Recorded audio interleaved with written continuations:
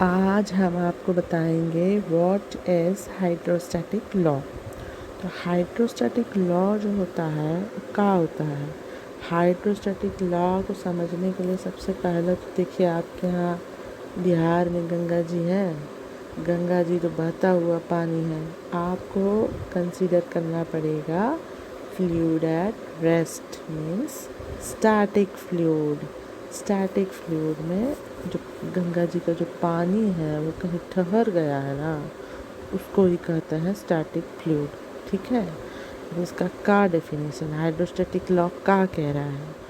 कह रहा है कि the rate of increase of pressure, means जो ठहरा हुआ पानी है उसको जैसे ही आप सीधा सीधा अंदर जा रहे हैं ना, the pressure in a vertically downward direction is increases.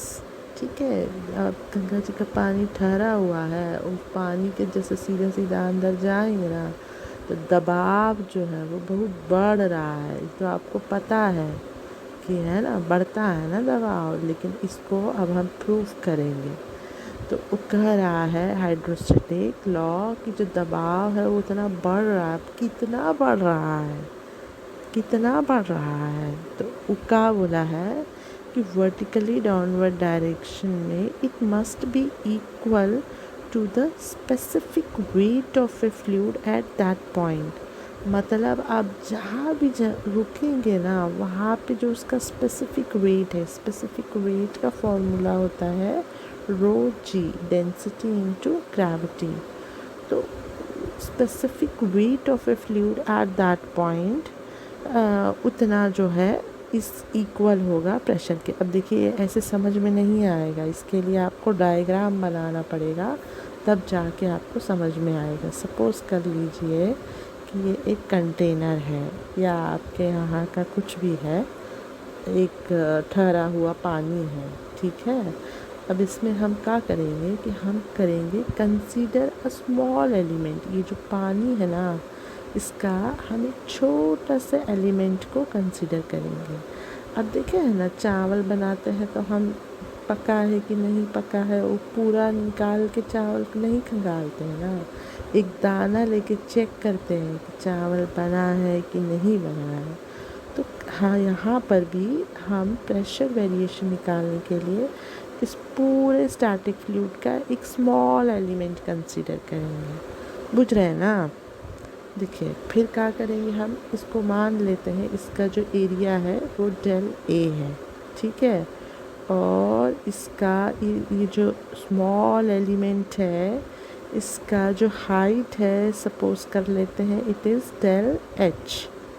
ठीक है, और इसके ऊपर जो है जो प्रेशर लग रहा है वो प्रेशर को हम मान लेते हैं पी।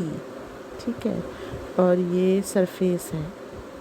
ठीक है, ये सरफेस है इस वाटर का, और इस सरफेस से इस एलिमेंट की जो हाइट है वो मान लीजिए सपोज एच है। ठीक है, समझ रहे हैं, इस एलिमेंट की हाइट एच है सरफेस से, लेकिन इस एलिमेंट की खुद की जो हाइट है वो डेल एच है। ठीक है, अब हम मान लेते हैं कि इस पर कौन कौन सा फोर्स लग रहा है। अब देखिए, ये जो ठहरा हुआ पानी है इसमें ये जो इसके सरफेस है, यहाँ से इसके ऊपर एक प्रेशर फोर्स लगेगा। ठीक है, तो प्रेशर फोर्स ये जो इसको हम ऐसा डब्बा जैसा बनाए हैं ना, वो आपके समझने के लिए बनाए। छोटा सा एक बिंदी बना देंगे तो आप नहीं समझ पाएंगे, इसलिए हम बड़ा डब्बा बनाए हैं। चलिए अब इस डब्बा का एक नाम रख देते हैं ए बी सी टी। ठीक है, अब ये जो साइड है ए बी, इस पे जो एक फोर्स लगेगा that is the normal perpendicular force. ठीक है, तो फोर्स तो आप जानते हैं, force is equal to pressure into area. ठीक है, जो फोर्स लग रहा है वो उसके force is equal to pressure into area, तो P इंटू डेल ए। ठीक है, अब जैसे ही यहाँ ऊपर से एक फोर्स लगा ना, यहाँ नीचे से एक और फोर्स लग जाएगा उसका अपोजिट डायरेक्शन में। ये सब तो आपको पता है ना, है ना। तो अब हम इसको कैसे लिखेंगे? अब हम यहाँ पे मान रहे हैं कुछ चेंज हो रहा है। अब कितना चेंज हो रहा है, क्या हो रहा है, वो सब हमको नहीं मालूम है। तो हम कंसिडर कर लिए हैं P plus del P upon del Z, ठीक है, और डेल H। और इसको हमने क्या कंसीडर किया है? Del H। इस फ्लूइड का जो हाइट है वो कितना है? Del H।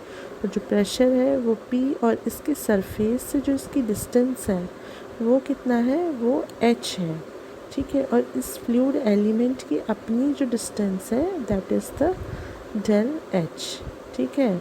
इतना मान लिया है प्रेशर, और एरिया कितना है? डेल A, ठीक है। इसके अलावा और क्या होगा कि ये जो वेट है ना स्मॉल एलिमेंट, इसका अपना खुद का भी एक वेट होगा। अब वेट का फॉर्मूला तो आप जानते हैं, W is equal to M into G, ठीक है। अब इधर देखिए, आप डेंसिटी भी जानते हैं, density is equal to mass upon volume. तो मास का हो जाएगा डेंसिटी इंटू वॉल्यूम, और वॉल्यूम का होगा, वॉल्यूम होगा एरिया इंटू हाइट। समझ रहे हैं? तो ये जो वेट ऑफ अ फ्लूइड है इसको हम क्या लिख सकते हैं? Density into G into area into height, means del A into del H. हो गया? अब नाउ फॉर इक्विलिब्रियम, अब इधर देखिए AC और BD, ये जो इधर होगा, हम हॉरिजॉन्टल की बात नहीं कर रहे हैं ना, हम वर्टिकल की बात कर रहे हैं। हॉरिजॉन्टल यहाँ का जो फोर्स है वो इक्वल एंड अपोजिट होकर कैंसिल हो जाएगा। तो हम क्या करेंगे, ये जितना भी वर्टिकल फोर्सेस था इन सबको इक्विलिब्रियम में ले लेंगे। तो ये ऐसे आ रहा है, तो P इंटू डेल A। अब ये जो फोर्स लग रहा है ये अपोजिट डायरेक्शन में लगा है, इसीलिए हम क्या लेंगे? Minus P plus del P del Z del H and del H into del A plus, अब ये जो वेट ऑफ ए फ्लूइड है ये कहाँ लग रहा है?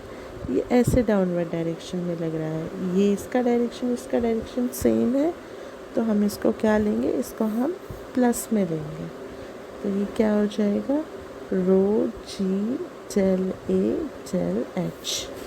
अब आप इसको सॉल्व करेंगे तो क्या आएगा? P into del A minus P into del A minus del P del H into del H into del A plus rho g del A del H is equal to 0, ठीक है। ये plus minus ही cancel हो गया, और ये वाली term अगर हम इधर भेजेंगे तो क्या हो जाएगा?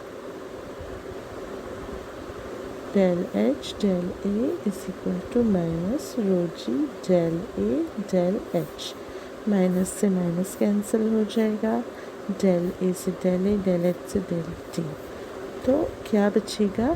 Change in pressure upon change in height is equal to the rho ji.